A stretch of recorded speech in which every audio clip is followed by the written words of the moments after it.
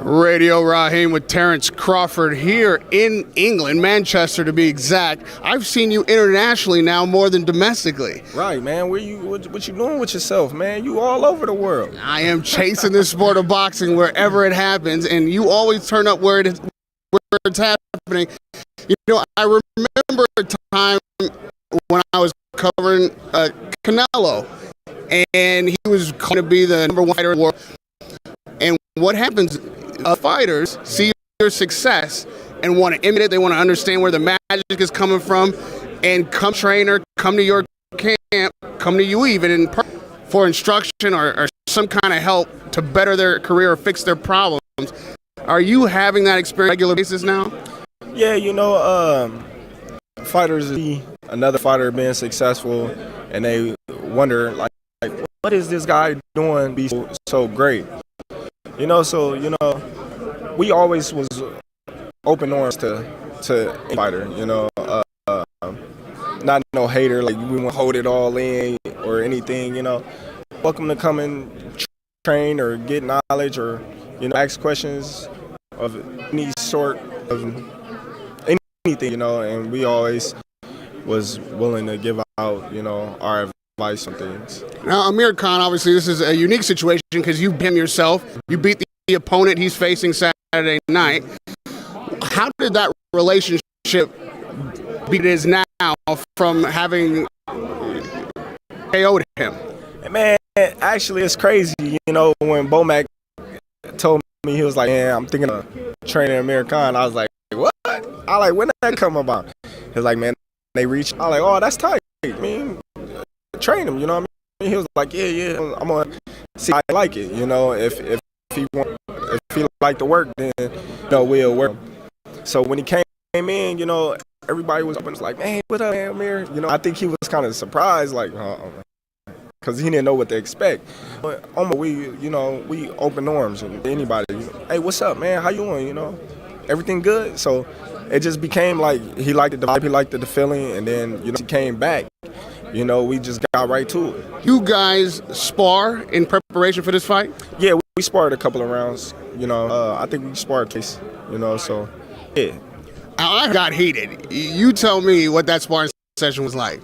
No, I never got heated. I don't heated like you guys were adversarial, but like it was an intense sparring session. You guys weren't just touching and moving. I wouldn't say all that. You know, we moved around.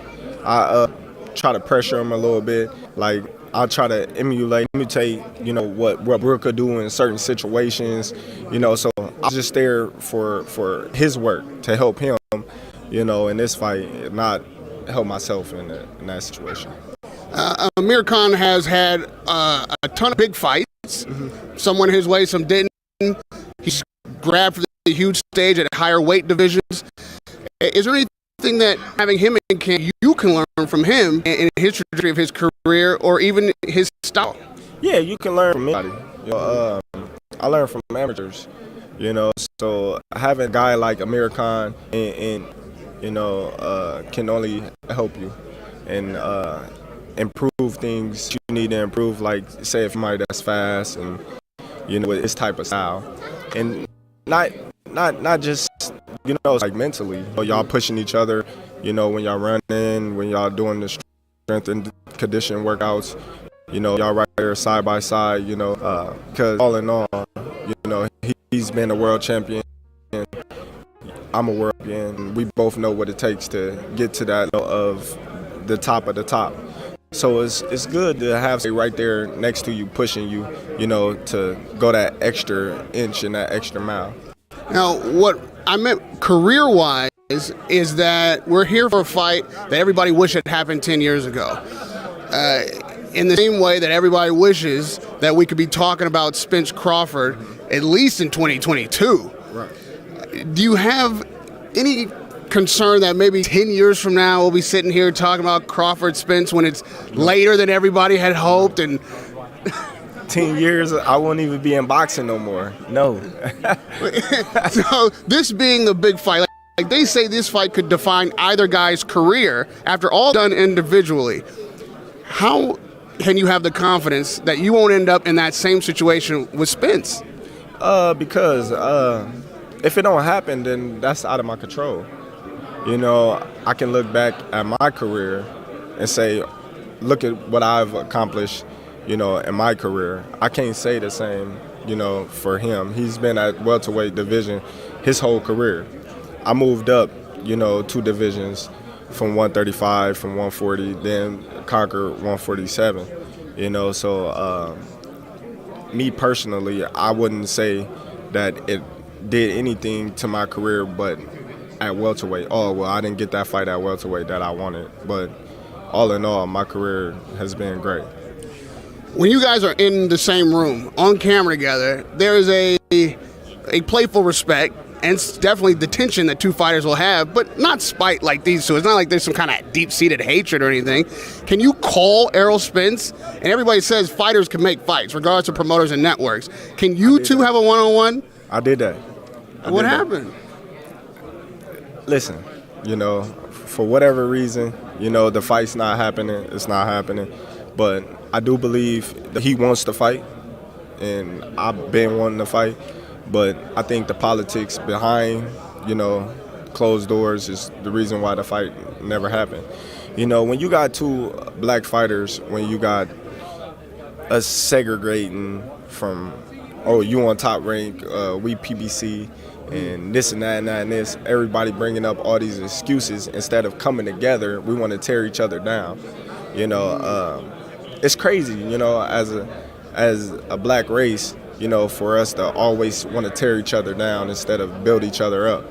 You know, I think that's the only thing that's been basically preventing a fight, because I think if we all came together and said, all right, well, this is the fight we want, you know, and we not supporting no other fight until y'all fight each other, then, you know, that's what we'll get, instead of, oh, we don't need him, or he's the B side or he's the A side, and take this money and take that money 60-40 and all that. You know, that's just, you know, stuff that never was even on the table. You know, people just hear a narrative and then they'll run with it, and then they'll use they network channels to feed that to the people that really don't know boxing, you know, and then down you get the narrative, and that's when everybody starts saying this and saying that, and then you get Team Crawford, and then you get Team Spence, and then you get his fans, and then you get my fans, and then everybody going against each other, when in reality we should be on the same team. We're trying to make the fight happen. Have you ever had that conversation with Errol Spence? Of course, of course. Like I said, he's been eager to have the fight as well, you know, but for some odd reason, you know, they veered to do other things, and, you know, I believe the fight will happen, you know. Like he said, you know, he want to fight all those guys and then fight me last. That's the route that he want to do, you know. I'm a straightforward guy. I want to go straight for the head, you know. And that's just me. That fight everybody and then fight you last, it sounds a lot like the Amir Khan route, which got us here 10 years late. Right. And now you have an opportunity that's unique. You're not committed to any promoter. You're one of the top pound fighters in the world, if not the top. Nobody can argue that. So it seems like you have the leverage or power in this situation to create your own circumstances now. How do you use that power and leverage to create the circumstances that you want? Well, you know, just, you know, conversation. You know, conversation with these networks and with these promotional teams that's promoting these individuals that I want to fight. You know, it got to make sense for me in my career, because a lot of promoters are not going to let you just come over there and beat their champion and then walk away scot-free. You know, it's a business, you know, at the end of the day. And, you know, I don't think, you know, being in that position, they will allow me to come over there and just take a title and just say, all right, this is my title, I can do whatever over here.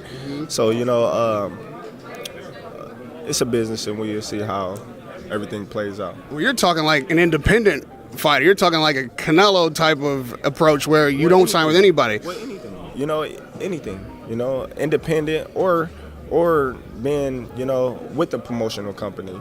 It got to make sense. What is it about a promotional company that they could bring to the table that says, okay, this is what Crawford is looking for? What makes the difference where you somebody that they could say, we can offer this in this kind of relationship? Well, that's something that we have to sit down and talk about,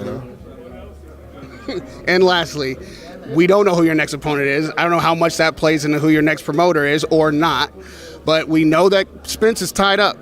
Right. So with that off the table, who do you have your sights set on to get the kind of fights and the kind of visibility that a champion of your stature deserves? Well, there's a couple of names out there, we looking forward to seeing if we can potentially get a fight with. But, we got to wait and see. All right, well, we've been waiting, and I hope we see soon Radio Raheem with Bud Terrence Crawford. Terrence Bud Crawford. Terrence Bud Crawford. There we go. Thank you, man. Appreciate that.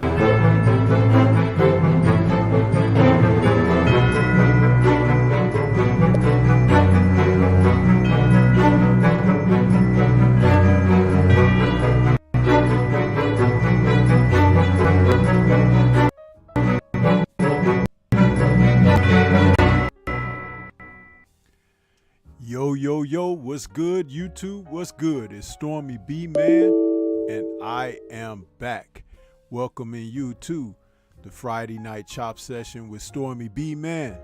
Thought I would open up the show this evening with an interview that took place just before the Amir Khan Kell Brook fight from over a week ago, and I saved that because not only did Bud enter that interview, and shout out to Radio Raheem for conducting that interview with Bud and providing us with a tremendous opportunity to hear what Bud had going through his mind at that particular time when they conducted that interview. But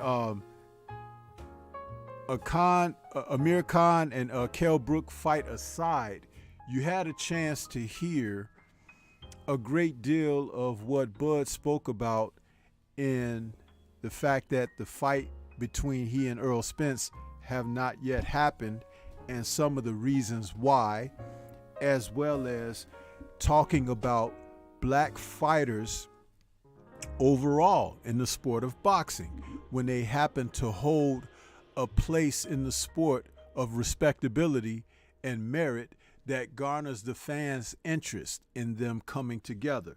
So he spoke quite frankly and succinctly about it, and it's worth kind of, having a review of that, because there's something that he said that rings true. And he said that sometimes people take certain narratives, even if they're falsehoods, and they run with it, because when the powers that be, I like to refer to them as the PTB, are not ready to produce the goods, they'll throw all types of roadblocks and detours and everything in front and hope that the fan base, that content creators such as ourselves and the media, which they have in their pocket, will continue to put false information out just to keep things stalled out or whatever.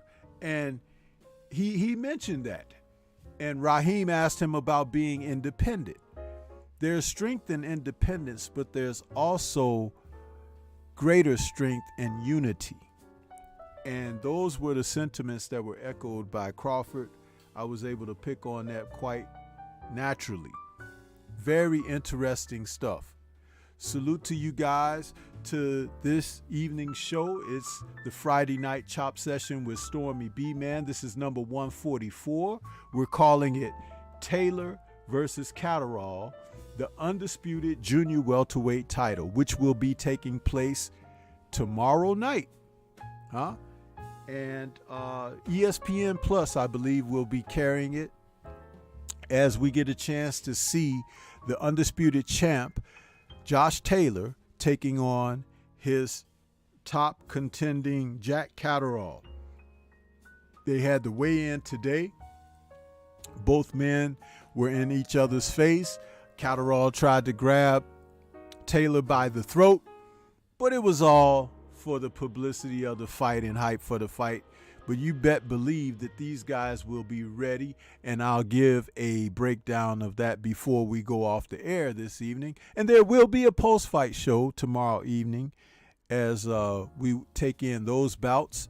It's a big weekend for fights because we have a couple of cards tomorrow, the Taylor Catterall fight. Then there will also be the fight that'll take place on Showtime, where Chris Colbert is taking on Garcia. And then Sunday, we'll have Lawrence Okolie, the WBO Cruiserweight champion, taking on Mr. C-Slack.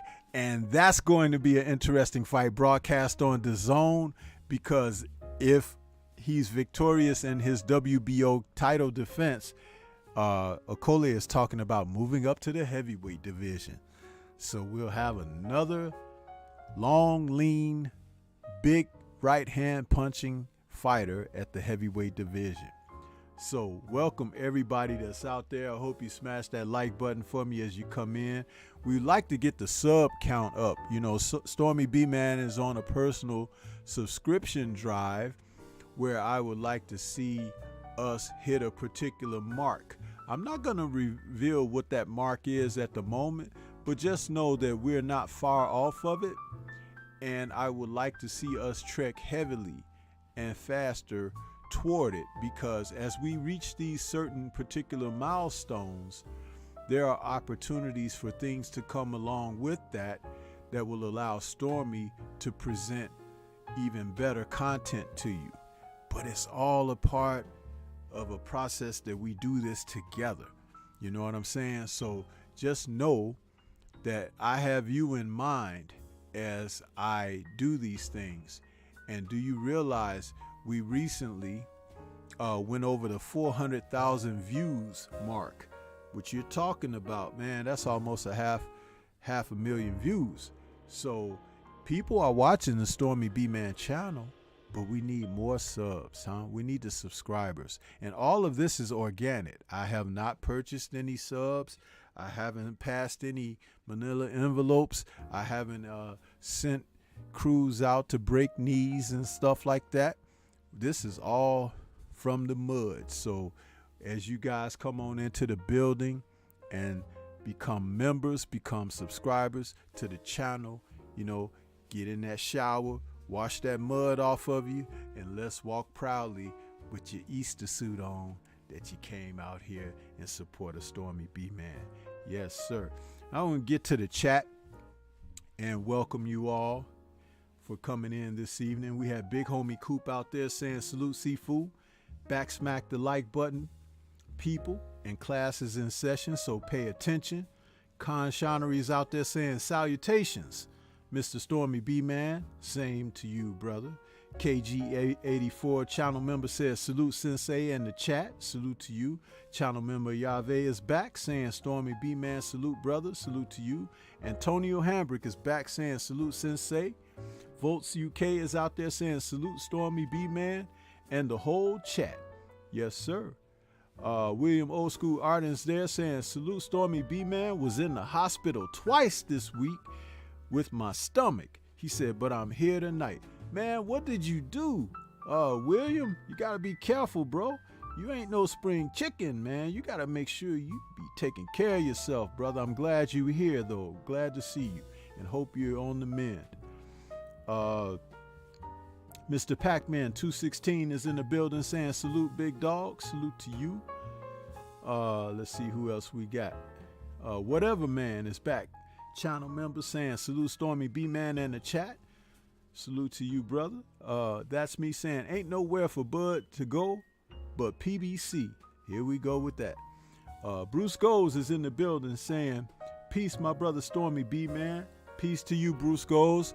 Very nice piece and stream you did earlier today talking about Liston versus Clay, and thank you for mentioning the stream that we did last night, Scrapbook Boxing and I, And we were both there to support you today on your stream. As you see, it's all about unity. I just said that. Bud Crawford alluded to that in his interview. See what happens when people stand together. That's what can happen. You can form a strong foundation. Yes, sir. Let's see who else we got out there. Anthony Bolton is in the building saying salute to you. And Big Texas, ATX Cletus Smith in the building saying salute Sensei Stormybman, and salute to the whole chat family. He says, let's get stormy. You got my ears. Yes, sir. Yes, sir. I appreciate you, man. I really do. Appreciate all of you. But yeah, the Friday night chop session, man, we're going through some changes here. And just to let you guys know, my intent is to be a little bit more versatile. Sometimes you'll see some people out here with me. Sometimes I'll be going it alone. But at the same time, the way and the platform of this show is going to feature interviews like what you just heard, excuse me, voice is cracking, interviews like what you just heard, tidbits of boxing news here and there, my point of views mixed in, and then if I have a guest, we'll have the guest coming in with their take on certain topics. So we'll have a bit of variety to cover in the show. Sometimes we might even show some footage. Sometimes we may just show some images. But the whole idea is to, and of course, preview and break down fights. This is the show where I'll do that because I don't do videos too much anymore, even though that's counter to what some people say to help grow. But I'm investing in certain other aspects of my live streams, which will help the brand and the overall community for those who, because sometimes, you could watch a video, yeah, that's cool. It'll get some numbers here and there. But I'm telling you, it's nothing like having you guys here organically and able to feel this vibe when it's going down. So I appreciate you and your support for that. And please share the content. For you content creators who support Stormybman, you can also support by sharing to your community pages, those of you who have them. I know that some people may not have reached a certain number where you can open up the community page, but once you do, don't forget me, okay? Share that content. And you can also share it on various other social media. You can share it on Facebook, Twitch, all of that stuff, Instagram, whatever. Even though Stormy don't have Instagram, put them on there because somebody might like what I got to say. So just remember all of that. And for those of you who caught me before the show went live, the preview, I kind of showed a different take on advertising my merchandise. So I put the link up there. Flash was to be offered in the merchandise department. And that's another way. Again, see, making these little subtle changes that everything can still get done without me forgetting, oh, I forgot to put this in, or I forgot to do that, or whatever. So I'm doing these things with you in mind. Just understand that, okay? And let's see, we had some more people pop in there. I see C. Wood is in the building. Andrew Charles is in the building. I see you guys. Welcome, welcome, welcome. But G5 Gabe is in the building. He says, salute Sensei and the chat. Salute to you. G5 Gabe is another brother out there that's coming up fast, and he's been on here with me for different shows, and he'll continue to be invited because the brother has some very good things to say. He has a strong mind and a great mind for the sport of boxing. Yeah, so just make sure that if you haven't subscribed to that brother, to tune in to his content. He's got great stuff. And for my other content creators out there like Bruce Goes, please put your link in the chat so that people can see who you are and go to you if they haven't come to you already. So same with G5. You guys can put your links out there. Nothing wrong with that. Stormybman Barbecue got hot wings, tips, and links. So that's what we have and provide for the listeners out there, man. We try to do our best with that. But yeah, let's get down to some news, huh? Because there's been a lot going on in the sport, right? And then there's been no motion in the sport. And when I say no motion, you know, certain things haven't picked up. And we've been waiting for certain things to pick up. But I don't know, ladies and gentlemen, I don't know what to say, man, because when we watch what's going on in the sport of boxing, what we really want, we are not really getting. Huh? Think about it. Bud Crawford mentioned it about that fight between he and Earl. And you heard him say, he ain't gonna be around in 10 years trying to box, huh? Salute to Curtis Price out there. I see you, brother. I see you. I see you. Smash the like button, people, as you come in. But yeah, let's get to some boxing news, man. I was combing through the pages and found some interesting articles, huh? And, excuse me. The articles that I stumbled upon that I thought might be worth talking about, you know, are of certain, I don't know, certain fare. One of the obvious things, and we'll get to that in a minute, I know there's some latest news on Canelo Alvarez. It ain't necessarily news I wanted to talk about, but, you know, we do got to touch on it because it is part of the news, huh? But let me see something here. Trying to pull up some...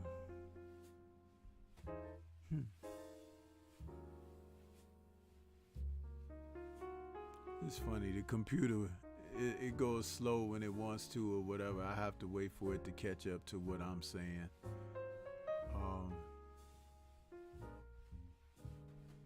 A lot of people are talking about what's going on in the world, you know, with this conflict that has been kicked off by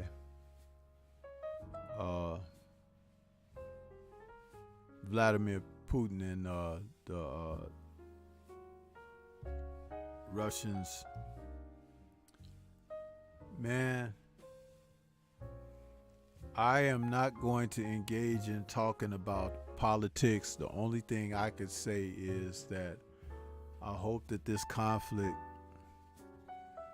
can smoothly cease and people can get back to a quality of life that they are accustomed to.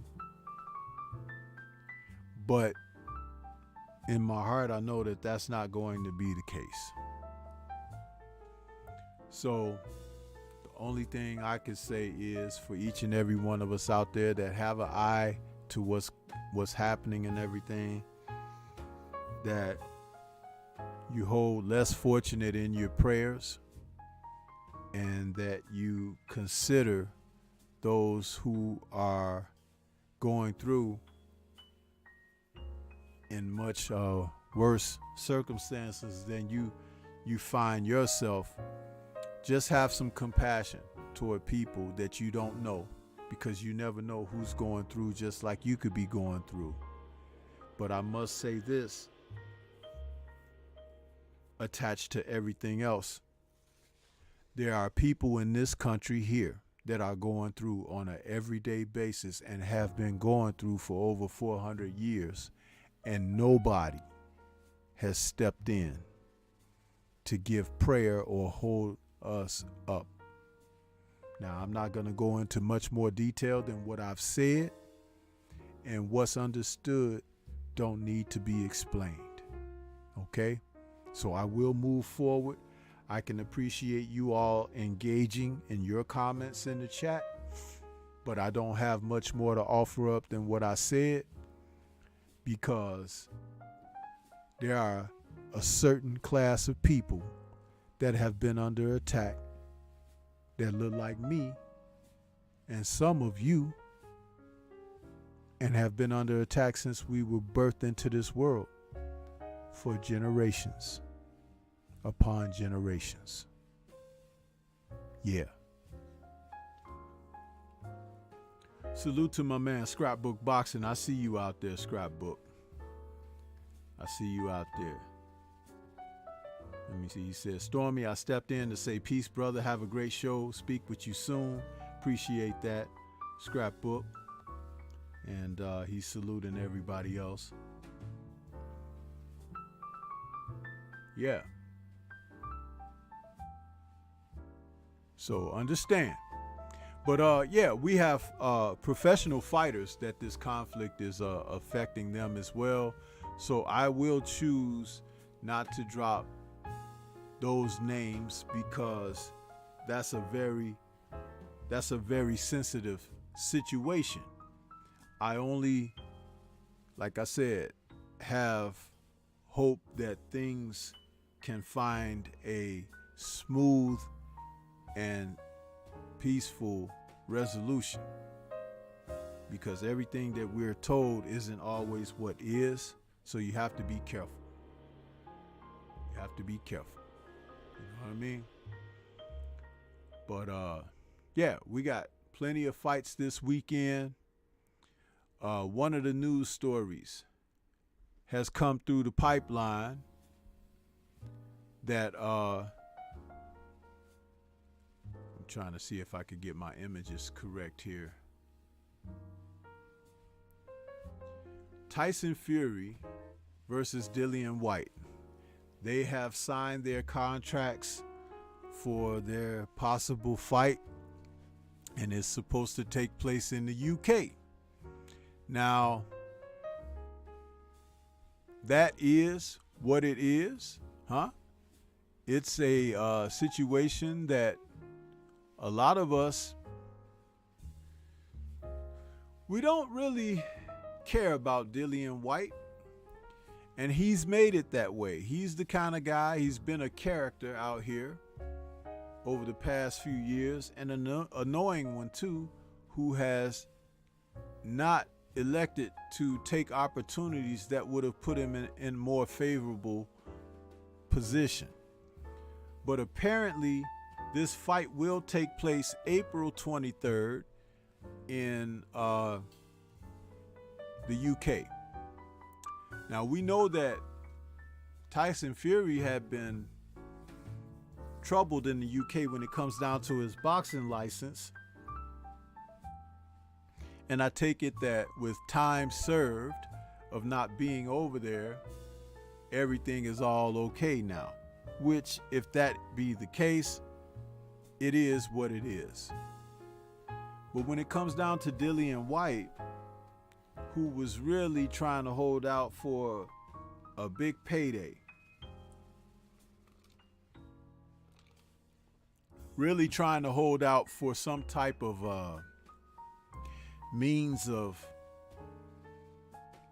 getting himself paid well and probably maybe cash out, because he's not going to fight any of the other top contenders.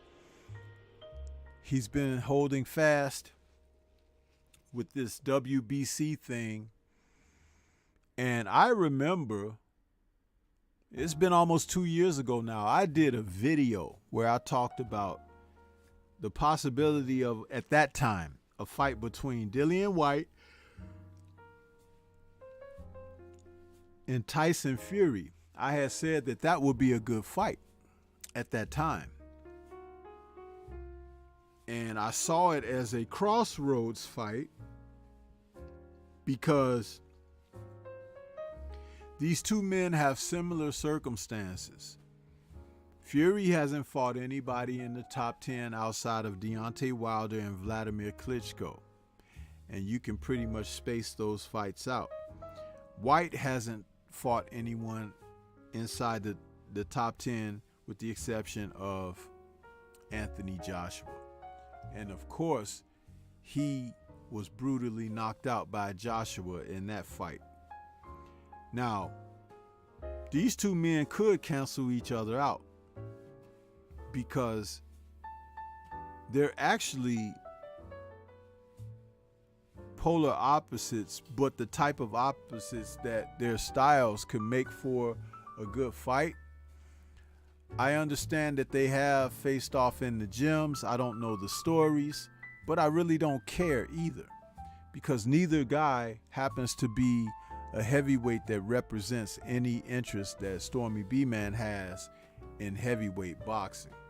I think that Tyson Fury personally is a POS, and Dillian White is a POS as well. So it looks like with the two of these coming together on April 23rd, you're going to get an utter shit show, huh? With them being what they are. And I'm just calling it for what it is. Fury has already done his customary, I'm going out for 8 weeks and I'm not going to socialize on the media and all of this, whatever. Just go away, period. I think we all would appreciate that more, huh? For what he brings, what he says, what he's done in the past. You know what? It's like a hemorrhoid revisiting you, huh? That's what it comes down to this guy. Now, with Dillian White, it's more like that next trip to the dentist for a root canal, huh? How about that? Yeah, and they leave something inside of there with a nerve exposed or something. That's Dillian White.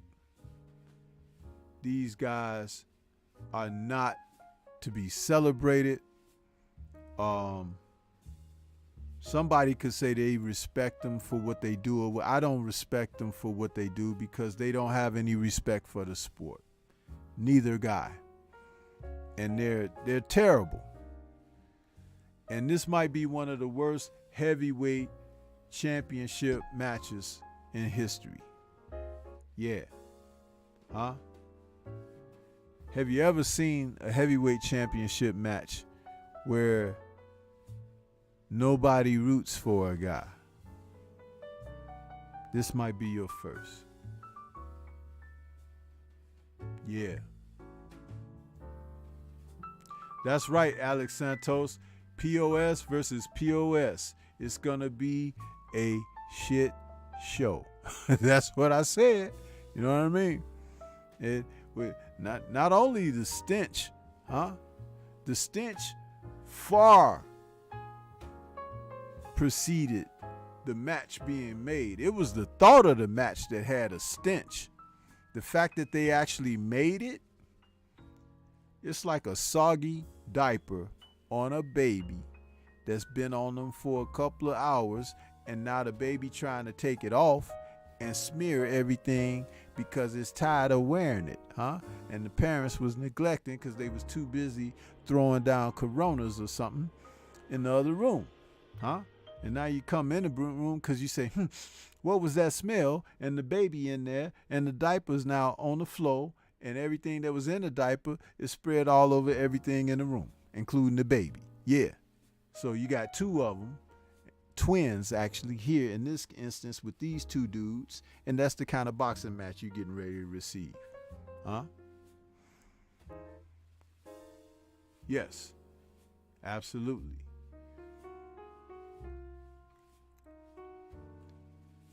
Khan Shanery says, I certainly hope the fight is better than that. Listen, man. We was hoping they wasn't going to kick off over there overseas, didn't we? We hoped for that. Yeah. 704 Joe says, teach, Abbott. William says, yeah, I see Fury outboxing White for 12 rounds in a boring fight. Khan Shanery says, Yahweh, the difference between love and herpes is that herpes lasts forever. Yeah, huh?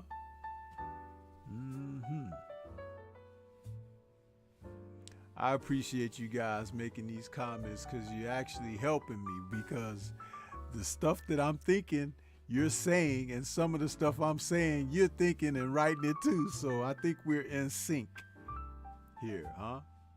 Yeah. The numbers seem to drop down a little bit though. We can get them back up. But this article, according to Boxing Scene, was written with more insulting lingo, and I'm not going to read it on the air. You guys can go to Boxing Scene and pick up on it for yourself, but it's just basically saying that the fight has been made and it's announced for Wembley, April 23rd. Personally, I think that you know, maybe both guys fall down some stairs or something during the pyrotechnic ring entrances and the fight get canceled. Yeah, break a leg. You know, in the entertainment they say break a leg. Yeah. Don't like it. Don't like it at all. Salute to Kwee. I see you out there. Yes, sir. What we got going here? Alex Santos. Okay. Just going back on some of the comments here. Yeah, I'm not motivated by this. I really think it stinks. I think that boxing in the heavyweight division has taken a serious step backwards. And with the world conflict and everything, it looks like Anthony Joshua's opportunity to go after those belts, that's off the table right now. So what's the next move? I don't know. It's just a big mess. But you see what happens when guys wait around and don't fight and stuff. Look how long it took Dillian White to sign this contract. Wasn't he hauntingly invading our breathing space when Deontay Wilder was the heavyweight champion? I don't know. There's something to just dislike about the guy. Just like you dislike what you dislike about the other guy who now has the WBC heavyweight title. Something to be said about that kind of thing. Something to be said about it.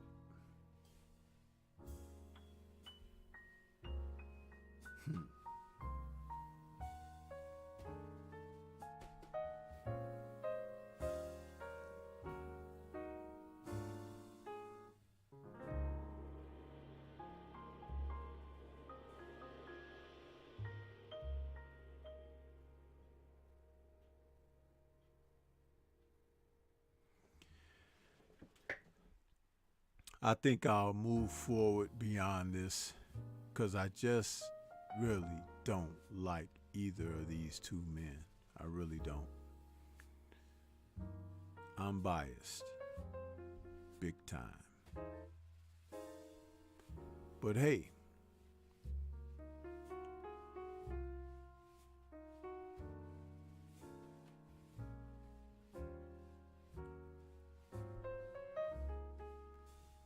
in other news, Canelo Alvarez, who toyed with the notion of facing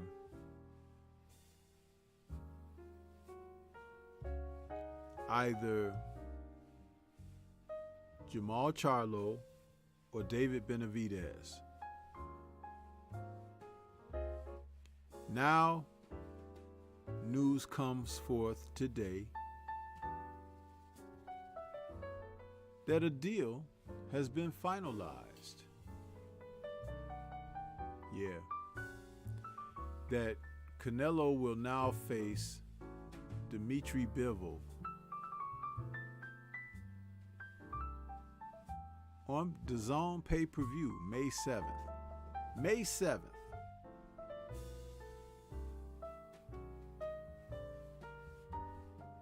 There's got to be some disgruntled boxing fans are off of that, right? Because all of the hype that went into them talking about him facing either Benavidez or Charlo, we know Andre's name wasn't even in the picture. But to come out and go straight at Bivol, I hope that Bivol understands the disrespect for him in this whole process. But maybe it won't, maybe it won't matter to Bivol. Maybe Bivol will be happy just being in there, simply like Kovalev, simply like Caleb Plant, because Bivol hasn't lit the world on fire himself. And he didn't look very good in his last outing.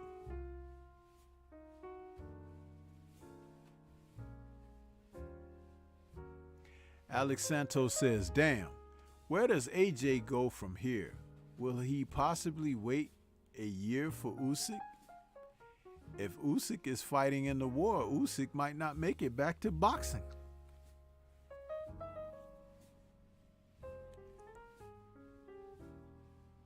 Detroit, BC is in the building saying, salute Stormy. Salute to you, Detroit, BC.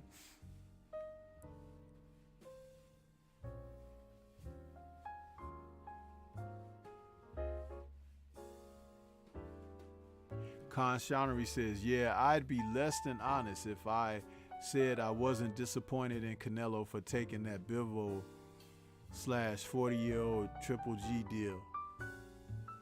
Yeah.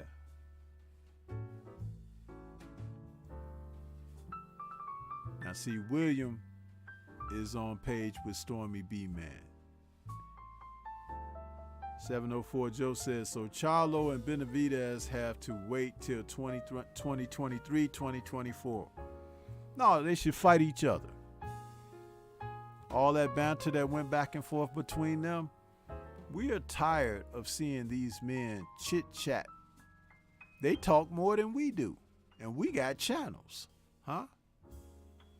But they out here talking every week, calling people out, ignoring others. Boxing is in a bad place when it comes to certain fighters punking out on what their responsibility should be. And that is to prove their wares against the best. We talk about it all the time. Yeah. But that's a damn good fight, right? Wouldn't you guys like to see Benavidez and Charlo? Yeah. Now that would require Charlo moving up to 168, which he should do because he ain't fighting that often at 160, and he probably getting ready to start having trouble making 160 anyway. So take your butt on up there and fight the man whose name you called. Huh? And in the meantime, let's get Danny Jacobs a good fight by putting him in with Demetrius Andrade, huh? How about that? 168. Andrade, Danny Jacobs. There you go. Fight, you bum, fight. Alex Santos says, Canelo got no shame. He willingly took less money to avoid Charlo and Benavidez. We've been talking about this man turning his back on the opportunity to prove how good he really is. That doesn't mean those guys beat him, but they are the stiffest of competition for him if he's going to be around their weight classes. And let's not forget, you're talking about 3 tours, 154, 160, and 168.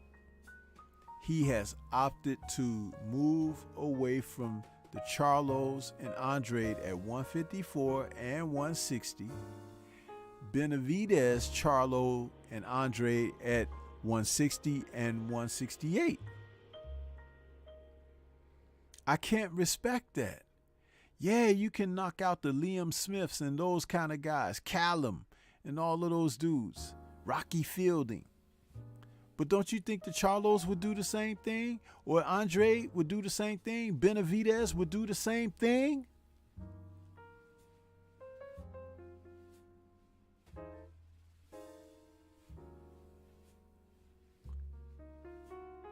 Man, I'm sick of this. And let's not forget, Canelo, he padded his record a lot on the way up. Because that 40 fights or 36 fights that he had before he got up there and got that opportunity with Floyd was against a ton of guys that were not ham and eggers. They weren't world beaters, you know?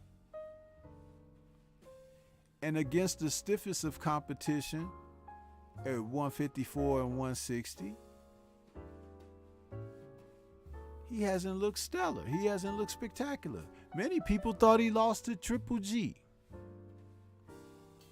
And he waited a long time before even facing Triple G.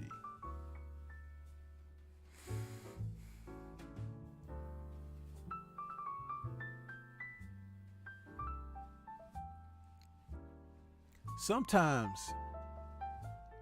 you just have to go out there in the rain with no umbrella, huh?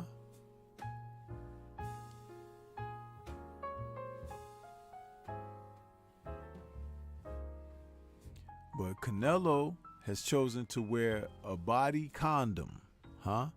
When it comes to getting around these other men, his contemporaries, because that's what they are. Your contemporaries. They are around you in your live era right now, and you're not looking to face them.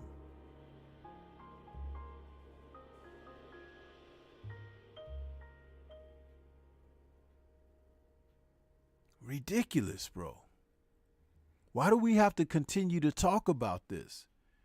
Dmitry Bivol should go into this fight with such an axe to grind. How dare he disrespect me? Because if Bivol was anything close to Bitter Beef, he wouldn't have got the consideration. Hell, I think that David Benavidez can beat Bivol. He's got the right kind of style for him. Can lay hands on his ass. Not let him breathe.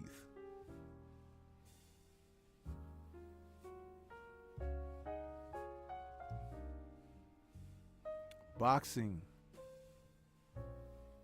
is at a low ebb, people. A low ebb.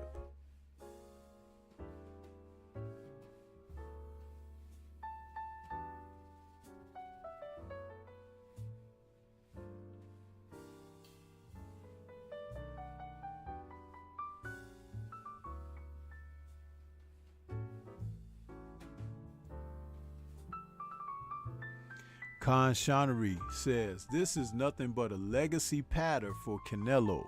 If he loses, he gets to return to 168 as the undisputed champion. If he wins, he gets to glorify himself more, regardless of what the fans are asking for.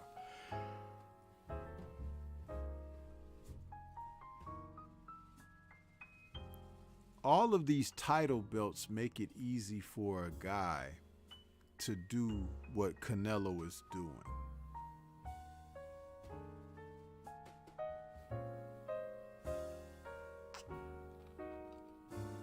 Because what happens is, with so many belts, people are waiting in line for an opportunity, a shot at a belt, instead of fighting to stay busy, to prove their contention for a belt or to substantiate their position in the sport with a chance at a belt.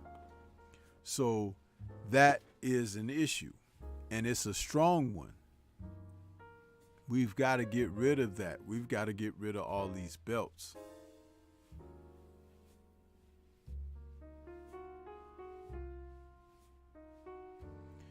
Conshonery also says, I think this should be a call to arms for the rest of these champs at 160, 168. They need to stop waiting for the Canelo bag and fight each other. Yeah.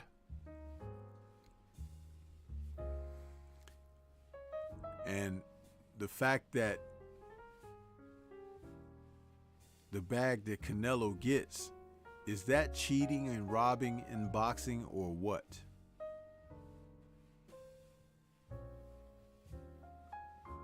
What has that man done to warrant 40 million, 50 million, 60 million contracts? Tell me. I'll listen. Because if he's worth that, then wasn't Deontay Wilder and AJ, weren't they worth 70 and 80 and $100 million contract for a fight? At least they knock people the hell out spectacularly, huh? Or get knocked out spectacularly.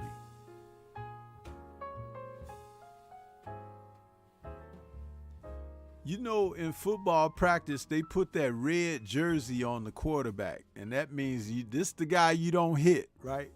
That's Canelo in boxing. He got a red flak jacket, like he playing flag football. Everybody else playing full contact, and he got that red shirt on. He's the one you can't hit and tackle. Man, if you don't get the hell out of here with that foolishness. Xavier the boxing nerd, I see you out there, bro. Welcome, CB Sports. I see you as well, man. I see you.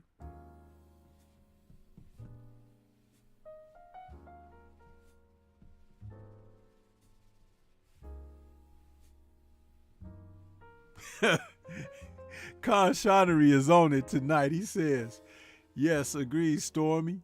He said, as Bert Sugar once said about Marciano, most of his record is made of guys who weren't household names in their own households.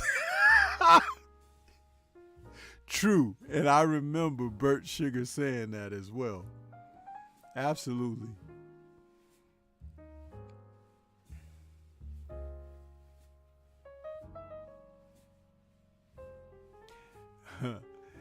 Yeah. Alex says, I hope Bivol doesn't fanboy Canelo and worship him like the previous boxers Nello beat. Yeah. Xavier says, I was looking forward to a Vladimir Klitschko comeback as he hinted at it since before the pandemic. Now he and his family could very well be killed in the near future. Yeah, Xavier, it's not a good situation on any front, man. Not at all. Not at all.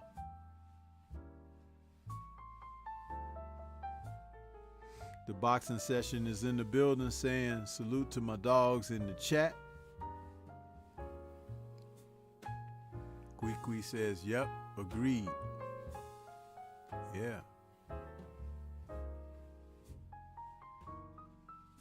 Now, what's interesting is this. What did Canelo do? If Terrence Crawford for most of these past few years has been the #1 pound-for-pound fighter in the sport, and mind you, he's still on a tremendous knockout streak after stopping Sean Porter. What has Canelo done to surpass that? Just answer me that. If you guys in the chat got an answer for me, please answer that for me. What has he done to surpass what Terrence Bud Crawford has done? And if you say unify the titles for Undisputed, you could see the roadblocks that have been placed in the way of Terrence Bud Crawford achieving that. So that won't necessarily fly.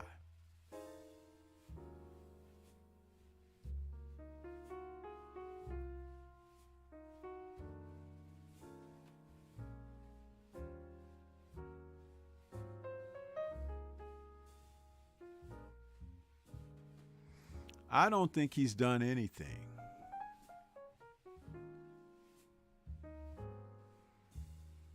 Usyk became undisputed at cruiserweight, moved up to heavyweight, had 2 fights, one against Witherspoon, one against Chisora, and then in his 3rd heavyweight fight, defeated Anthony Joshua, who was a unified champion, 1 belt away from being undisputed.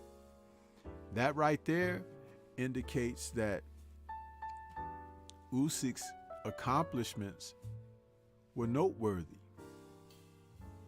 And at cruiserweight, he beat the best fighters at cruiserweight. Canelo hasn't beaten the best fighter in any division he's competed in. When he moved up and fought Kovalev, Kovalev was not the best.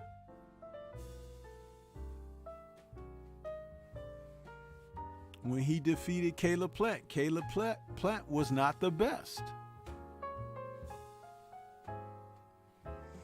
Many people think that Triple G defeated him.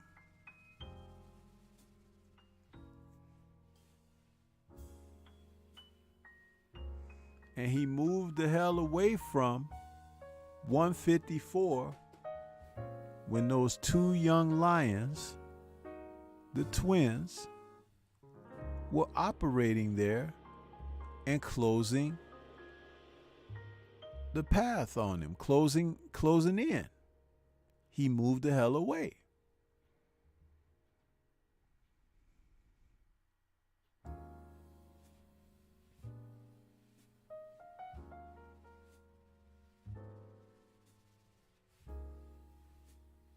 I don't like it, people. I don't like it. So, since Canelo pulled this move, to me,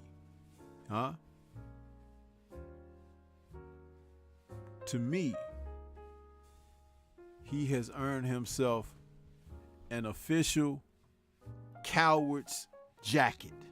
Now, I introduced this concept last week. I'm not going to reiterate what it means. You'll have to go back to last week's show to see it. But tell me he don't look good in that yellow jacket, the coward's jacket, snug as a pig in a rug. Yeah. He did it to himself. And I'm glad that I didn't introduce him last week, which I could have, but I had to wait just 1 week. And he comes out this week, signs the deal with Bivol, fight date is made, and now he has put on his attire and showed you what his real color is. Junior the Truth used to call him the redhead cheater. Cheating. Yeah. A lot of other people call him cinnamon and this and that. But I'm going to call him yellow belly. Because he's chicken. Chicken Alvarez. Chicken to challenge himself against his colleagues and contemporaries who could really certify if he's great or not. They could. Because they will present him with challenges that he will have to overcome. They're not just going to lay down for him. And some of them may not just take a payday from him.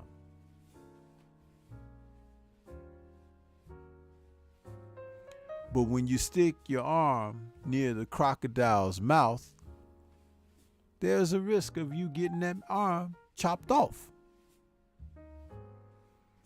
And Canelo ain't no crocodile hunter, baby. He ain't. That's why he's nicely outfitted in this yellow jacket. Yeah. the cowards. Just like the masters, the cowards. Yeah. You're welcome. Huh? And I told you guys, the manufacturers of the Cowards jacket, they got a backlog. There's stuff that's on back order, huh? Because there's so many of these fighters waiting for their jacket, huh?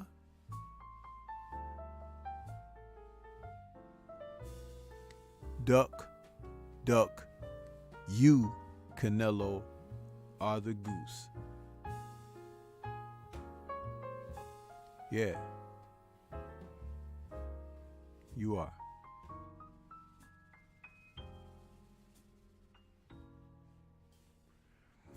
$704 Joe. Floyd ain't coming back and fighting no real professional fight.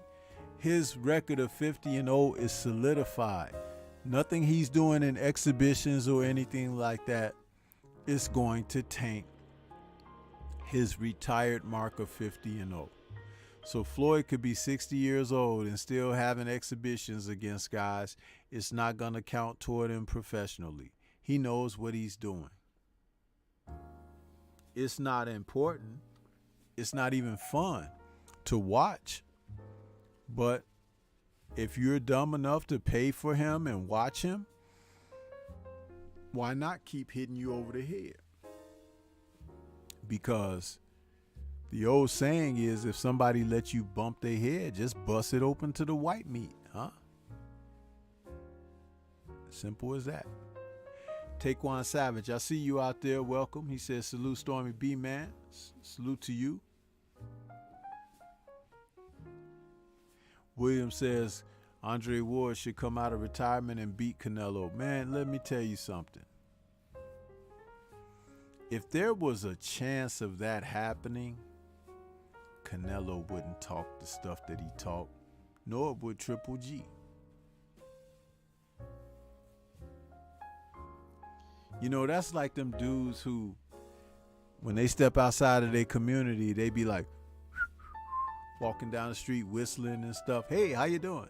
You know, but when they get on their own block and their own set, they be like, yeah, the color is gold over here, huh? Man, a lot of these guys, they're fighting their careers with a bunch of chumps surrounding them on their records. Taquan Savage, absolutely.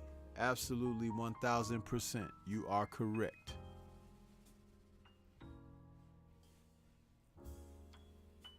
Don't make sense. Don't make sense at all.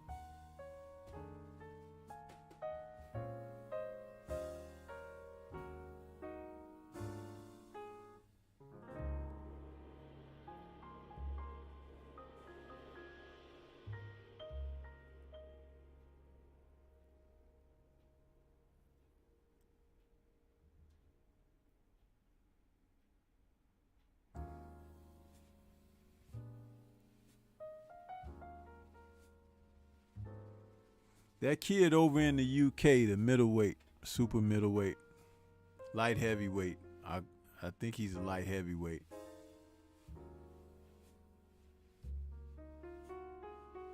The one that lost to Kovalev, Lions in the Camp. He's the one that should fight Canelo at light heavy. Anthony Yard. It ain't gonna happen though. It ain't gonna happen.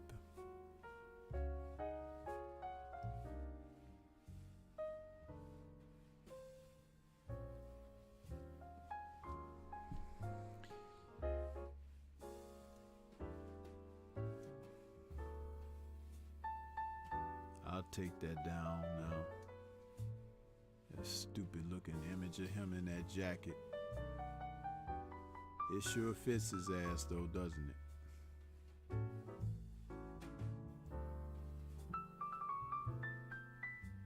What a chump.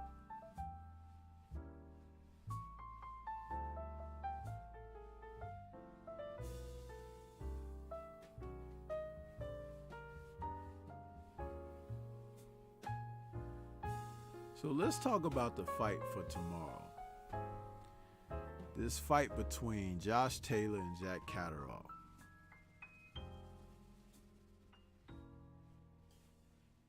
This will be the first time since his destruction of Ramirez that Taylor is going to defend all of the titles for Undisputed.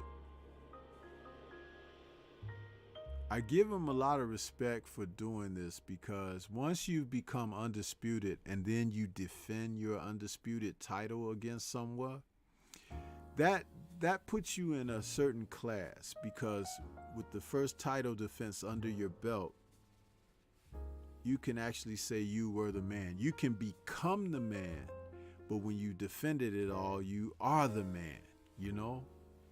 Something that Bud didn't do. When he won those undisputed titles, he just moved right up.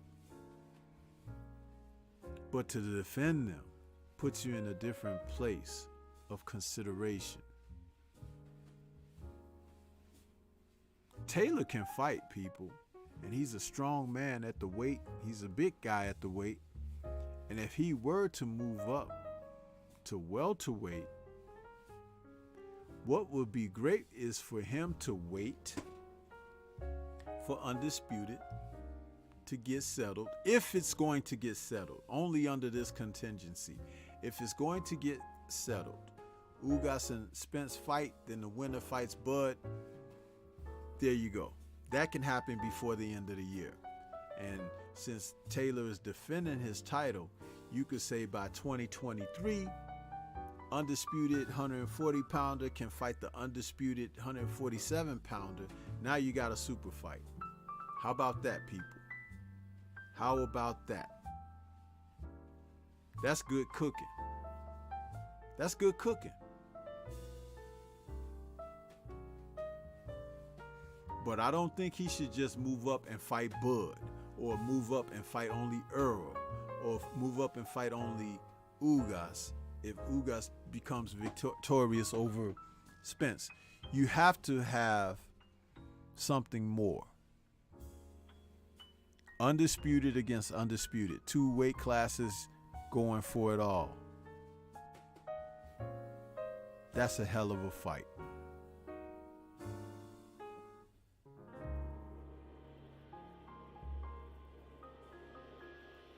Picasso says, salute family, I'm driving right now, be careful. Taquan Savage says, damn, that jacket fit him perfectly. Oh yeah, and his contemporaries that are on their jackets. Huh? You got King Rai, you got Canelo, you got Kambosos, you know what I mean, and Lomachenko. All of them wear that coward's jacket and wear it proudly. Huh?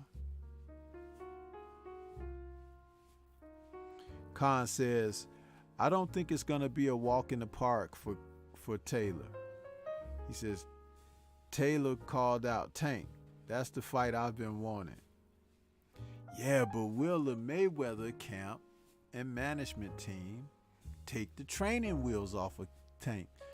Tank, when I say training wheels, you remember when kids used to ride bikes with training wheels and then they finally learned how to ride the bike? But they didn't have nobody to take the damn training wheels off, so they riding and the damn training wheels are leaning on. It's like, that's Tank's career right now. He is so much more talented than they've allowed him to show, that it's like, man, just let him go already. Take the dog chain off and let him run. He's a thoroughbred. He's a thoroughbred. Let that man out there into the pastures, man.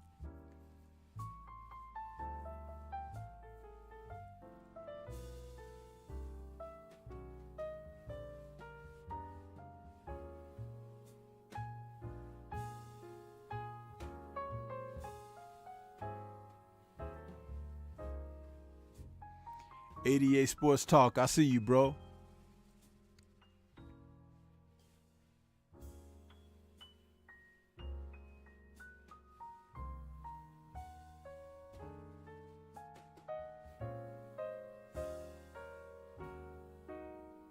Yeah, that's what they need to do. But listen, this fight right here, what's interesting is I've only watched highlight reels of Catterall, who looks like a rugged dude, but being rugged and being good is two different things. I don't know how good he is because I need to see him. Excuse me. I need to see him in with someone who's just not going to roll over from a hard body punch or him being physical with them. Now, Taylor enjoys physicality. He enjoys that. He fights very well from medium range, and he can get in and mix it up with you. His boxing is not 1000% good, but it's like pretty darn good. But I think he's going to get Jack into some kind of a exchange. Make him fight. If you're going to beat Josh Taylor, you got to outbox him. If you cut him, he's going to fight harder. If you close his eye, he's going to fight harder. If you hurt him and drop him, he's going to get up and fight harder. Guys like that, you have to outthink them. You have to keep their brain moving, data, collecting and gathering. And all the while, you got to be winning rounds against them. That's a hard thing to do.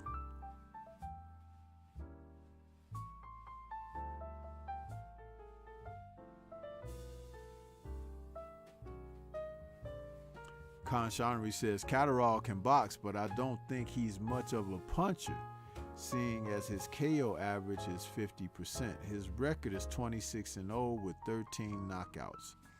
Well, you have to also look at it a little bit like this too. They didn't bring him in to spoil Josh's dance party, huh? They didn't do that. Although it can happen. Sometimes those things happen.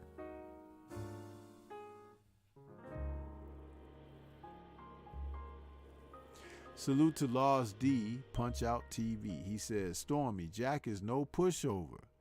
This is a great fight, homie. Laws D, when you start taking to calling me homie, huh? Now, as much as, you want to express that, I respect it. I'm not saying... I said that I had only watched highlights of Mr. Catterall. And a lot of fighters that I seen him punishing were guys that were like C-rated fighters. They didn't look like world beaters. Ham and Eggers, they didn't look like that. If he gives Josh Taylor a good fight, it'll probably be because he can take it. See, tough guys, they'll be in there with you to the end. But that doesn't mean that they're good. Doesn't mean that they're good.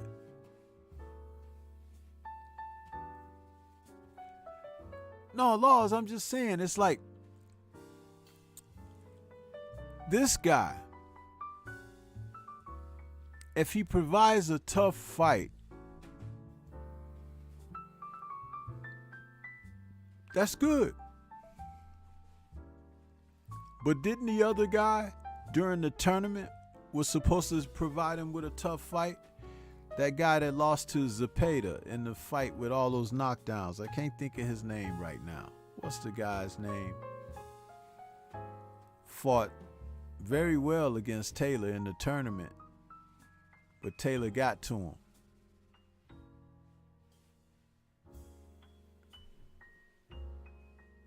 But the thing is, Regis Prograis was probably the best fighter that Josh fought, and he defeated him. even though he was in his backyard and in his hometown and stuff like that, not hometown, but home country, how about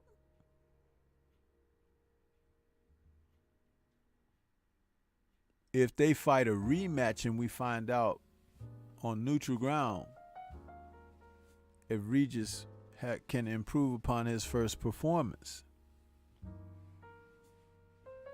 Nobody was talking about Jack Catterall before this. He's getting a title shot now. This man has the undisputed title.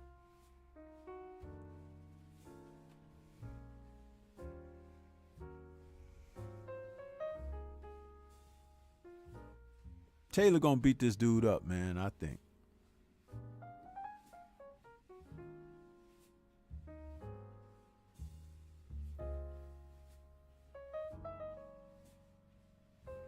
Law says Jack will win, Josh will win, but Jack is gonna go all out.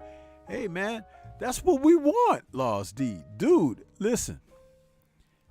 First of all, please don't pin so much on who wins and loses in the sport of boxing. Losses are a part of life. How many times have I said that? What we want, thank you, Alex Santos, Ivan Baranchek. I couldn't think of his name because I got so much going on right now, but I appreciate that, backing me up on that. Healer, I see you out there, bro. Everybody subscribe to the Healer, the mind body coach. That brother got a new focus ball set going on over there, man. Some great stuff. We want the best performances out of guys. We don't want guys that's gonna come in and lay around and, hey, I ain't too bad for 23-0, huh? I'm pretty good, aren't I? We don't want that. We want somebody saying, look here, man, I'm gonna take them belts off of you. I'm gonna take your status away from you. You're gonna have to shut down your social media, huh? And I'll take your woman too, huh? That's what we want. Grudge match. Yeah. We want these guys to perform, man. We don't want nobody coming out there laying down. This ain't no falling contest.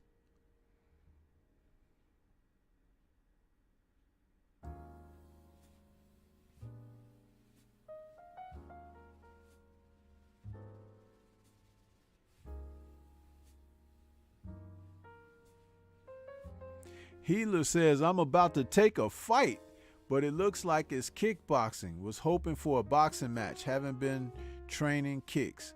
Will hold out for the boxing match. Healer, hold out for the boxing match, bro. Don't go out there and be getting kicked around if you ain't been practicing your kicks. Stick with the boxing and the boxing will come through and you'll be ready for it. Huh? Just a little bit of advice. Especially if that's what you've been training toward. If you've been training toward boxing, take a boxing fight, bro. Take a boxing fight. Don't just be so eager to get in the ring. Be eager to get in there and perform at your best. Whatever your best may be.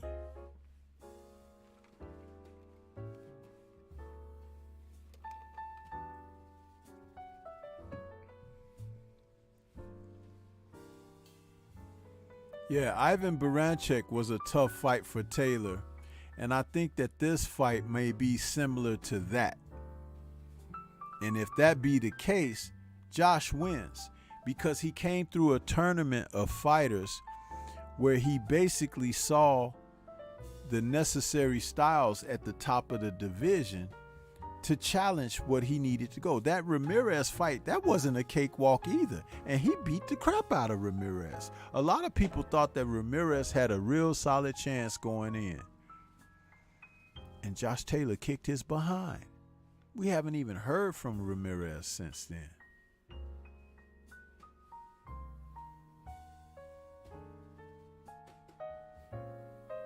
Yeah.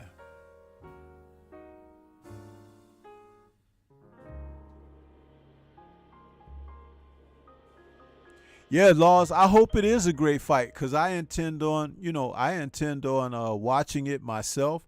And that's why I called tonight's show, Taylor versus Catterall, the undisputed welterweight title, because I'm putting stock in it being a good scrap. I talked about before you popped in, I said I think that Catterall is going to be a tough opponent, but tough doesn't equate to being good. It just means that a person will be in there to be able to take it and endure. But if he's able to output, then that's when you're going to get your entertainment. And Taylor is there for that because he likes contact. He's one of the few fighters out here that don't mind contact. Did you see how he was looking in that Prograis fight with his eye hanging out of his head like Marty Feldman or something? The dude was jacked up, huh? But he fought like a warrior. He reminded me of Ebony Bridges when she had her eye hanging out of her socket too, and was like proudly taking pictures in the aftermath. Taylor was running around that ring holding the trophy, smiling. You know, you would thought that he didn't even have an eye problem. I was looking at that eye like, damn. But hey, that's a tremendous fighter there. And if Catterall can take that kind of punishment, we got a great thing going down. Because Taylor ain't gonna stop. He ain't gonna take no step back. He's one of the few fighters that's capable of fighting, but he's also good too. He has good skills. So it's like when you put both of those together, it's like a Duran or something, you know? And that's what we like. That's what we like, man. That's good stuff, man. Salute to L-Dub. I see you popping in, L-Dub. What's good with you, bro? Hey, L-Dub, do you have information on Jack Catterall? Because as I was telling the chat, I had only been able to watch some highlights of him and not a lot of fights. I saw there was some fights, but I just didn't have enough time.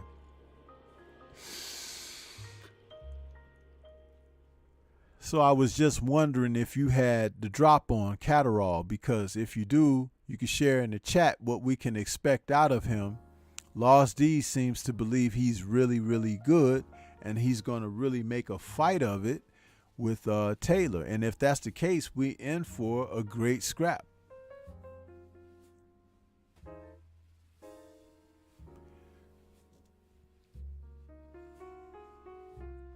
Yes, sir, Laws. Those Scotties, man, they are, you know, they're tough. And L-Dub's asking, what do you think of the trainer matchup between Taylor versus Catterall? What are the good qualities you like between the trainers? Well, what I like about Taylor, who I know more about Taylor than I know about Catterall, is that Taylor, he can box, but he's expert at medium range, and he's tough as nails on the inside. So there's really no safe point with him. You have to pick your poison. But I did say if you can box, you have to outbox him. Because then he's going to want to fight, but you keep boxing. You fight a boxer and you box a fighter. You always have to do the opposite of what the guy wants to do, unless you are better than he on what he's best at. Personally, I think at medium range, that's where Taylor's real good home cooking is. And I think that's where Regis Prograis dropped the fight with him. He spent too much time trying to box him at medium range, and Taylor was able to outwork him. He did the same thing to Ramirez, because Ramirez gave the impression that he could fight on the inside, but you have to work your way to the inside, and Taylor was beating him at mid-range, which never forced the issue of being on the inside. You see?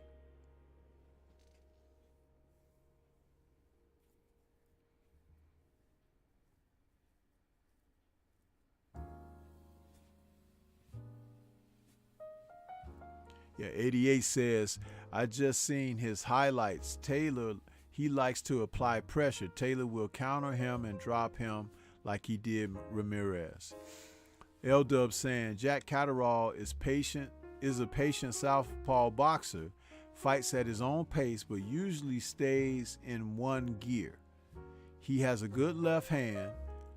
Catterall can make the fight boring, so he'll probably be in the fight. Okay.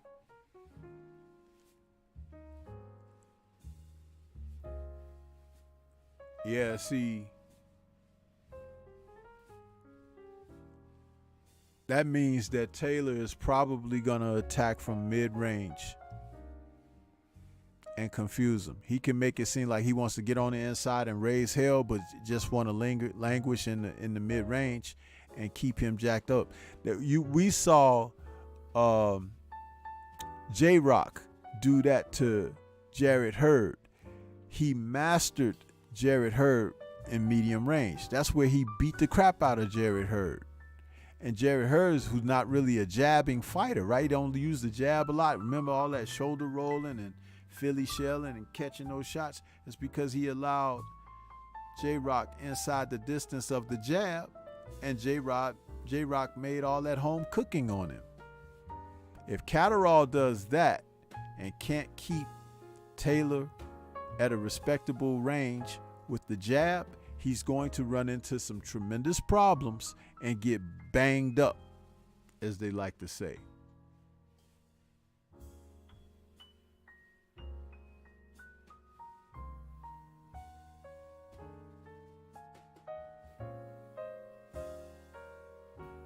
L-Dub says, I have Taylor stopping Catterall in an 8 or 9.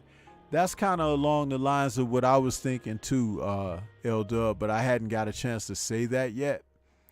Somewhere middle to late rounds.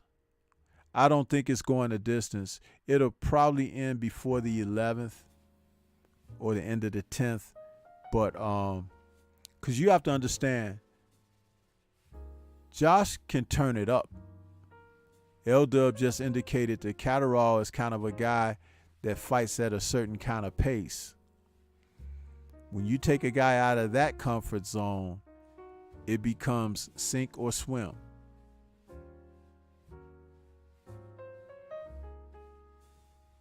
Yeah. But that would be interesting, because if Catterall will try to jab and try to move and keep that fight, work that left, Taylor's going to get on the inside of that. And he's been in there with some punches. And it appears that Catterall's not a puncher. Prograis was a puncher. Baranchek was a puncher. He's faced Ramirez was a puncher. So you got to have more than a punch to hold off Josh Taylor. That's why I was speaking about being versatile enough to box and to fight on the inside or at mid-range. You don't have to be able to do all three, but you need to be able to do two. You either box and fight on the mid-range, or box and fight on the inside. Or you could fight on the inside and fight from mid-range. But you have to be able to have two elements to your game to offset Taylor. And if you only have one, you're done. And let's just face it. At the face-off, when they did that, the gloves are off, Josh Taylor said that he felt like Catterall had apprehension in his eyes.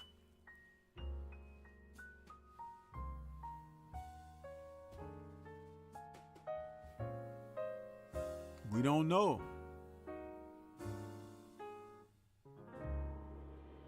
We don't know. Khan says, true, fight the boxer or box the fighter, unless you have the upper hand in the same style, like a Foreman versus Frazier. Two come forward with punches where the stronger man has the upper hand. Laws D says, that's what I said in my video, Josh in 9. Go check it out. Okay, Laws. You know I watch your videos. I saw it already. Yes, sir.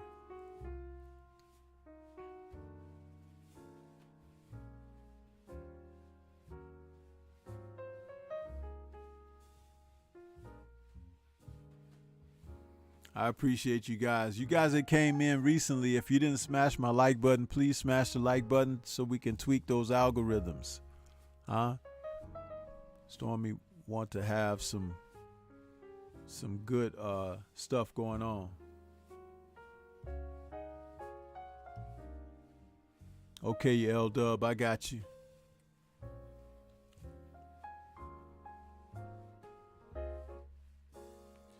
Yeah, so that's my take on that. I'm kind of like in the same ballpark as somewhere between 8 and 11. I think, like L Dub said, that I think Taylor's going to prevail here.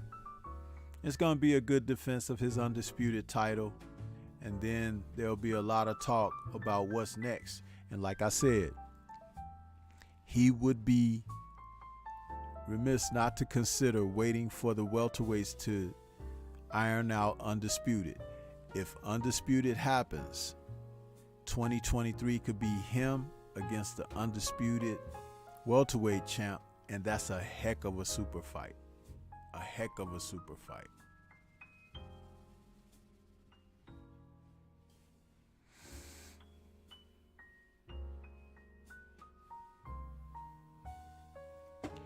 Yeah, Khan, that's interesting, ain't it? But I call these guys doing that stuff fighting at artificial weights. They're too big to be fighting at such small weight classes.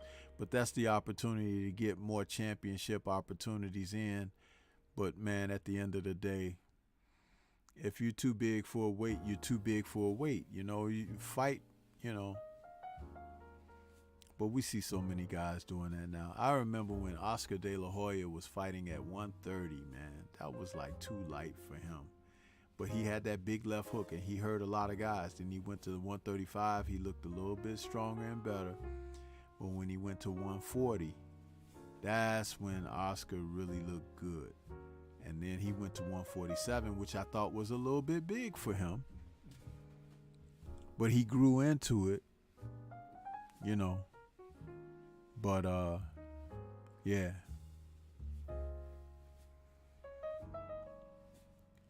But also tomorrow night, people,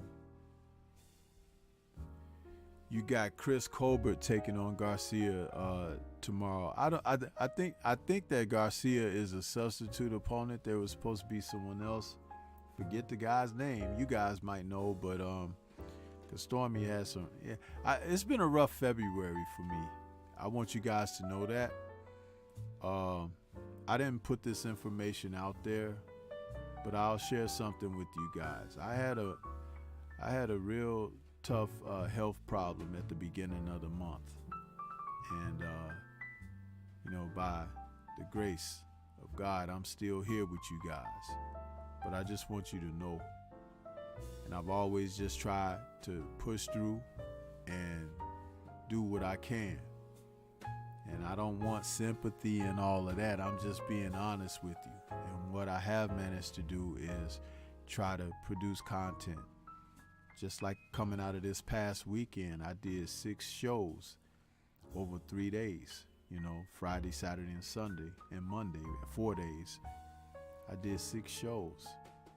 And that was like a lot for me, you know. But I'm saying these things because you guys don't know like what it takes. And even if you notice this evening as I'm doing the show, I take my moments to pause and everything because I'm trying to get my thoughts together. That's why some of the names are not coming to me like they normally would and stuff like that. But like I said, this is not for sympathy's sake. I'm just letting you know, and I keep it real with you. You know what I mean? But yeah, you got Colbert tomorrow night, the PBC on Showtime. And I think that one of the Russell brothers is fighting Victor Postol, isn't he, on that card as well. So that's going to be an interesting card. Now, I don't care for Chris Colbert, especially after that last fight where he made those remarks about these people, my people. And I know Drew Titan did a stream this morning talking about that a little bit. Chris Colbert needs a shock of reality. He speaks like a guy that's, you know, kind of like never been slapped across the mouth. And in this sport, you can get smacked across the mouth. Remember AB and Maidana? Remember that? Yeah. But I don't know, what do you guys think about this? He's in a favorable position, but he's talking about facing off against Shakur Stevenson. I'll take that. Shakur Stevenson's on a different level. It's one of the reasons why they don't talk about him very much. But because even more than certain individuals, Devin Haney, Tank Davis, Mr. Gary Russell, Shakur is operating on a different wavelength, man. Both in what he's able to do physically with his boxing and his abilities, and then also where his mind is in the sport of boxing. Just a cut above.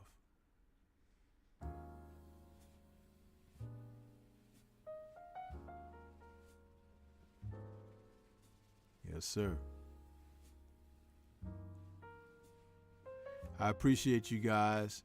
Khan, Healer, Laws, William, I appreciate your comments and sentiments, man.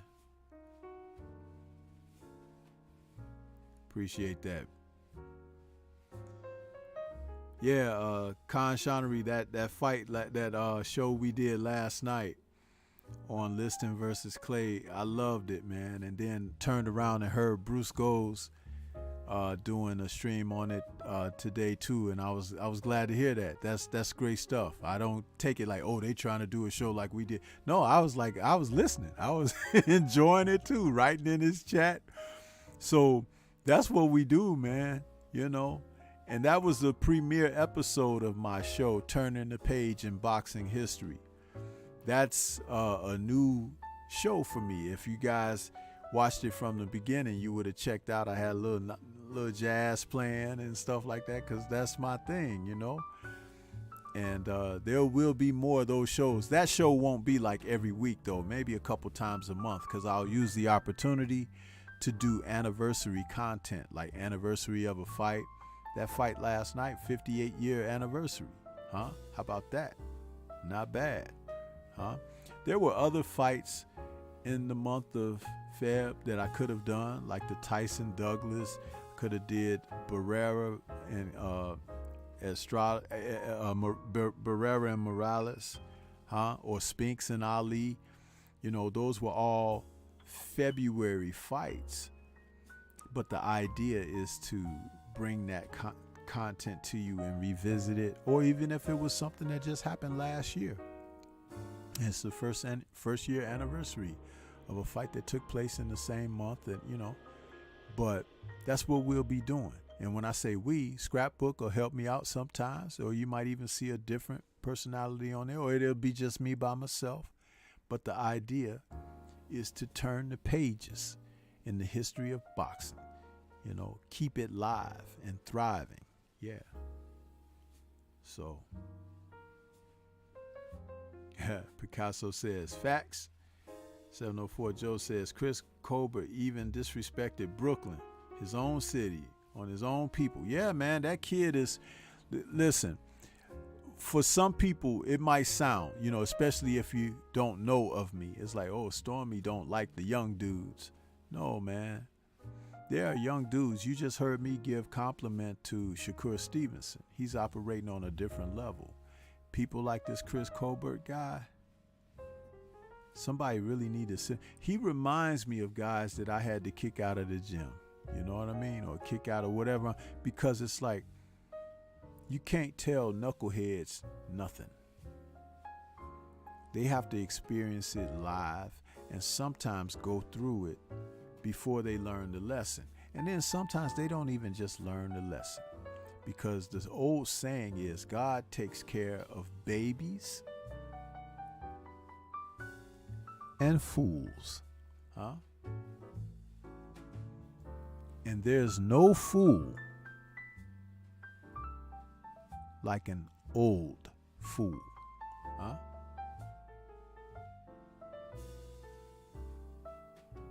you wonder, how the hell did he make it to 60 years old, 70 years old, being a fool like that? Sometimes they don't totally go over the cliff of being a fool till a certain point in their lives.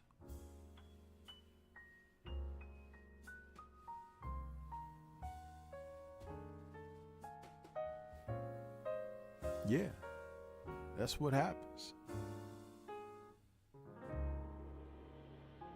Laws D says, I'm going to bed now. Peace out, OG and chat. Peace to you, Laws. Thanks for stopping by. Appreciate you. Go enjoy that fight tomorrow night.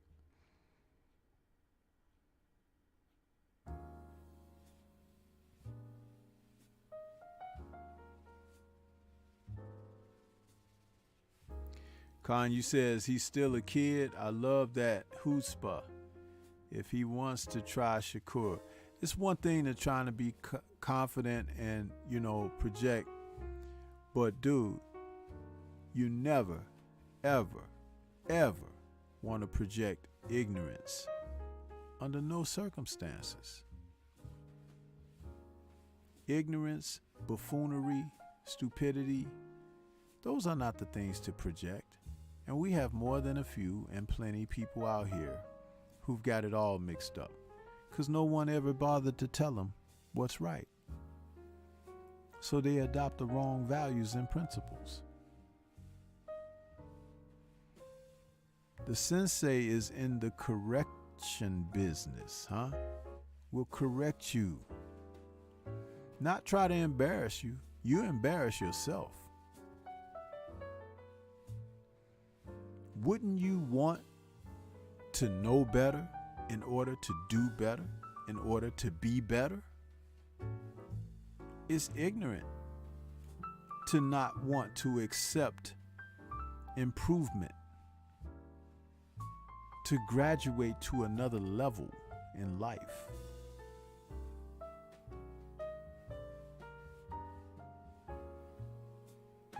Give you an example of what I'm talking about. For you guys that drive on a daily basis, you ever been driving down the street? Now, there's no one behind you for blocks. No one. But you're driving down the street. And coming up is a intersection where another car is going to enter the road that you're on and go the same direction you're going. There'll be a car that pull up to the intersection and you're coming.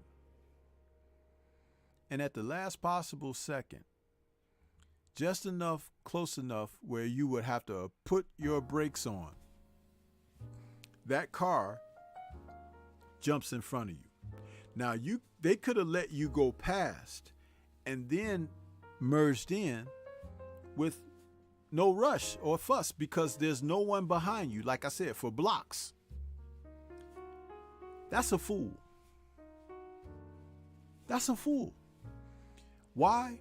Because they're doing their action contingent on thinking of either making you stop or figuring that you're going to yield, or they just want to get in front. Now, I gave 3 reasons. There could be more. But out of the 3 that I gave you, one of them is more than likely it, right? But what's more than likely it is, like I just said, that's a fool. People do it every day, bro. They do it every freaking day. And sometimes there's a wreck. You've driven past, you see some debris on the ground, a bumper, some headlights, some rubber, and all of this stuff. You're like, man, it was a bad accident right here.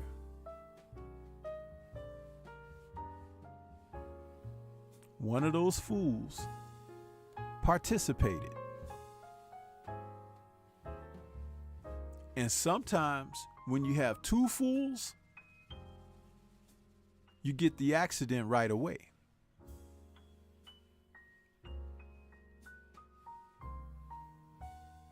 Yeah. Now, I just gave you an example, something that you can totally relate to. So when I say what I said about Colbert, it's like, it's being able to identify that someone is not operating at full capacity. I don't care what kind of talent he might have.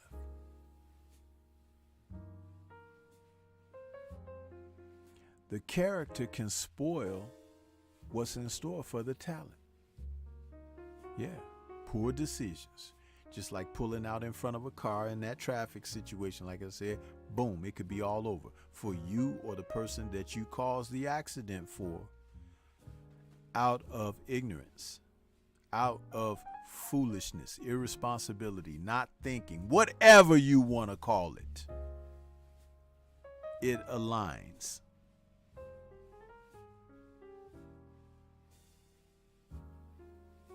Don't be that person at the intersection.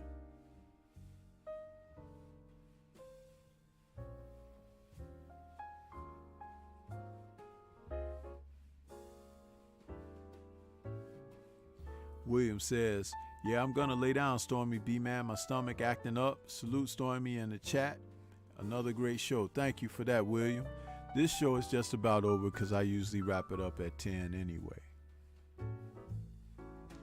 Just want to take a quick moment out to say that on Sunday, we got coming up on The Zone, Lawrence Okole is going to defend his WBO Cruiserweight title against Cieslak. I'll have a hard time with these guys' names, but I'll tell you this. If he's victorious, he's thinking about moving up to the heavyweight division. That's exciting. Because Lawrence Okole can punch, man. He got a big right hand. He's as skinny as a rail, but hey, we welcome the competition at heavyweight. Yes, sir. Great stuff. So just know that that's what it could be, you know? When these men get in that ring and start mixing it up, start letting those punches fly, man, you know, great stuff.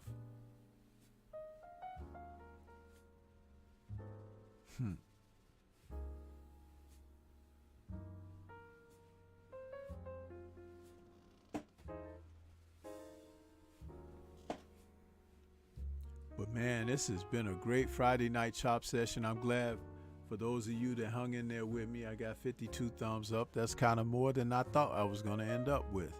So I appreciate all of you who helped make that possible, man. Appreciate all of you. And, you know, we'll be back tomorrow with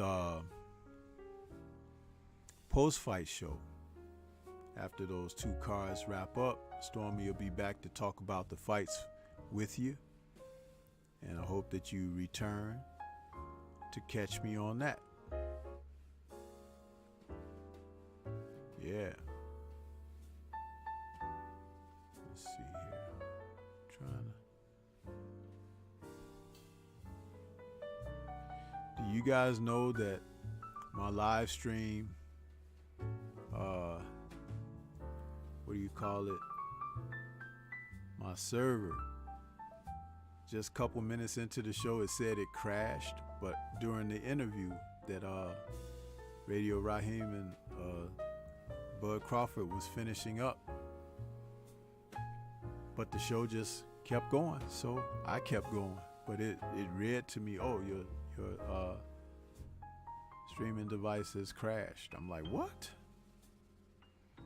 So I hung in there, you hung in there, and we got through the show together. I appreciate all of you, man. But thank you so much, and thank you for those well wishes for those of you who heard, you know, what I had to share. I appreciate all of it, man. I really do. And, you know, welcome Canelo Alvarez to the Cowards, the official jacket of Chumps Who Duck. because he's there now, and he will forever be there, whether he wins his next fight or not. I appreciate everybody. Salute to the mighty LDBC. You guys enjoy these fights this weekend, and we'll be back for the post-fight show tomorrow night. Peace and love to everybody out there. We'll catch you guys on the next one.